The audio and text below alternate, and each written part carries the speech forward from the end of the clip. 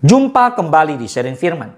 Tema Sharing Firman hari ini adalah berhenti berpura-pura kuat. Tuhan mau kamu jujur, bukan sempurna. Sebagai ayat dasar firman Tuhan, mari saya mengajak Bapak Ibu semua untuk buka bersama-sama di 2 Korintus 12 ayat ke-9. Tetapi jawab Tuhan kepadaku, cukuplah kasih karuniaku bagimu. Sebab justru dalam kelemahanlah kuasaku menjadi sempurna. Sebab itu terlebih suka aku bermegah atas kelemahanku, supaya kuasa Kristus turun menaungi aku. Saudara, ini adalah dari terjemahan baru yang pertama. Ketika kita membuka terjemahan baru yang kedua, maka kata kasih karunia diubah menjadi anugerah.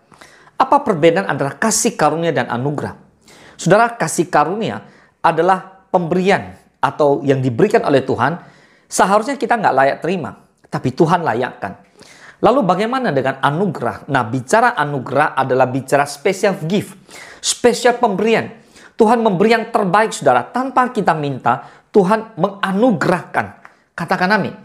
Makanya, saudara, Tuhan itu begitu baik. Dikatakan, cukuplah anugerahku bagimu. Sebab justru dalam kelemahanlah kuasaku menjadi sempurna. Artinya, Bapak Ibu semua, ketika kita mengaku, kita tahu, kita sadar kita lemah, maka Tuhan bisa bekerja. Tuhan ada peluang untuk bekerja. Tapi kalau kita merasa kuat, Tuhan nggak bisa menolong kita sama sekali. Bapak Ibu dikasih oleh Tuhan, makanya Paulus mengatakan, sebab itu terlebih suka aku bermegah. Apa kata bermegah punya arti? Kata bermegah artinya adalah kita mengizinkan Tuhan bekerja. Kita mengakui bahwa kita bersyukur memang Tuhanlah yang sanggup, Tuhanlah yang berkuasa. Kita terbatas, Tuhan tidak terbatas. Oleh sebab itu, kuasa Kristus turun menaungi aku, artinya Tuhan turut bekerja. Pertanyaannya muncul, Bapak Ibu. Bapak Ibu menganggap kelemahan itu sebagai kesempatan Tuhan untuk bekerja, peluang Tuhan untuk menolong, atau penghalang. Seolah-olah saudara memang tidak bisa berbuat apa-apa. Mari kita bahas. Dalam realita hidup, seringkali kita hidup dengan topeng. Kita tersenyum di luar, pada hati remuk. Kita berkata, saya kuat. Padahal di dalam hati hampir menyerah.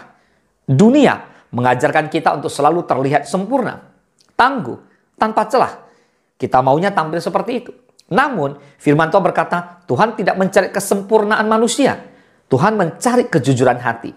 Di Mazmur 34 ayat 19 dikatakan, Tuhan itu dekat kepada orang-orang yang patah hati dan yang menyelamatkan orang-orang yang remuk jiwanya.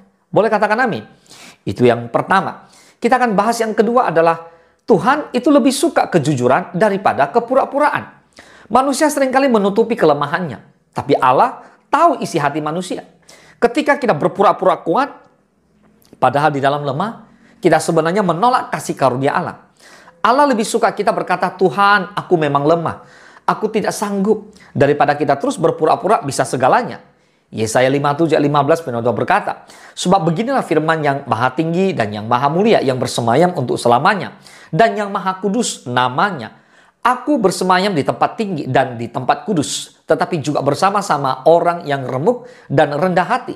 Untuk menghidupkan semangat orang-orang yang rendah hati. Dan untuk menghidupkan hati orang-orang yang remuk. Boleh katakan amin. Nah, sekarang yang ketiga, kita lihat dalam contoh Alkitab, tokoh yang jujur dalam kelemahannya. Yang pertama adalah Daud.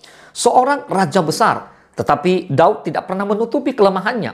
Dalam Mazmur, ia sering menangis di hadapan Tuhan. Baca di Mazmur 51. Yang kedua adalah Elia. Nabi perkasa yang membuat api turun dari langit. Tetapi pernah berkata, cukuplah itu ya Tuhan, ambillah nyawaku. Di 1 Raja-Raja 19 ayat 4. Tuhan tidak menghukumnya, tetapi menguatkannya. Nah, saudara, Paulus adalah seorang yang jujur tentang duri dalam dagingnya. Tetapi justru melalui kelemahan itu, kuasa Kristus menjadi nyata. Baca di 2 Korintus 12 ayat 7-10. Nah, dari pelajaran ini kita bisa lihat tokoh-tokoh besar dalam Alkitab tidak pernah ditolong karena berpura-pura kuat. Melainkan karena mereka jujur dalam kelemahan mereka. Katakan amin. Yang sekarang keempat kita bahas tentang kehidupan. Bayangkan ya, seorang anak kecil yang jatuh dan lututnya terluka. Lalu ia bisa berkata, aku tidak apa-apa, aku kuat. Tetapi darahnya tetap mengalir. Namun ketika ia jujur menangis dan berkata, Papa, aku sakit. Maka ayahnya segera mengangkat dia, membersihkan lukanya, dan mengobatinya. Amin. Demikian juga dengan kita Bapak Ibu di hadapan Allah. Saat kita berpura-pura, maka luka kita itu makin dalam. Tapi saat kita jujur, maka kasih karunia Tuhan turun dan menyembuhkan. Nah sekarang yang kelima kita bahas bagaimana aplikasi praktisnya. Yang pertama, mari yuk kita jujur dalam doa kepada Tuhan. Jangan hanya berdoa dengan kata-kata indah, tapi curahkanlah isi hati kita apa adanya kepada Tuhan. Yang kedua, jujur kepada sesama. Kita tidak harus terlihat sempurna di hadapan manusia. Jujur dalam kerendahan hati, maka orang lain bisa melihat Kristus bekerja. Yang ketiga adalah belajar menerima kelemahan. Bukan berarti pasrah, tetapi sadar bahwa justru di sanalah kuasa Allah nyata. Yang keempat adalah hidup dalam kasih karunia. Bukan kekuatan kita yang membuat kita bertahan, melainkan kasih karunia Tuhan setiap hari. Amin. Dan yang kelima, jadikan kejujuran jalan pertumbuhan iman. Saat kita berhenti berpura-pura, kita membuka pintu bagi Tuhan untuk memulihkan dan menguatkan kita. Amin. Nah saudara, berhentilah berpura-pura kuat. Tuhan tidak meminta kita sempurna. Tuhan tahu kita rapuh. Tapi justru disitulah Dia ingin menyatakan kuasanya. Matius 11 ayat 28 berkata, marilah kepadaku semua yang letih lesu dan berbeban berat. Aku akan memberikan kelegaan kepadamu. Nah pesan Tuhan buat Bapak Ibu semua hari ini adalah, yang pertama jangan takut mengakui kelemahanmu. Amin.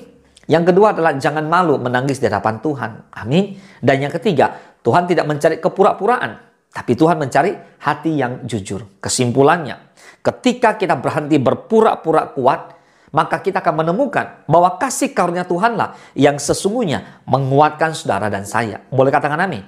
Tuhan Yesus memberkati.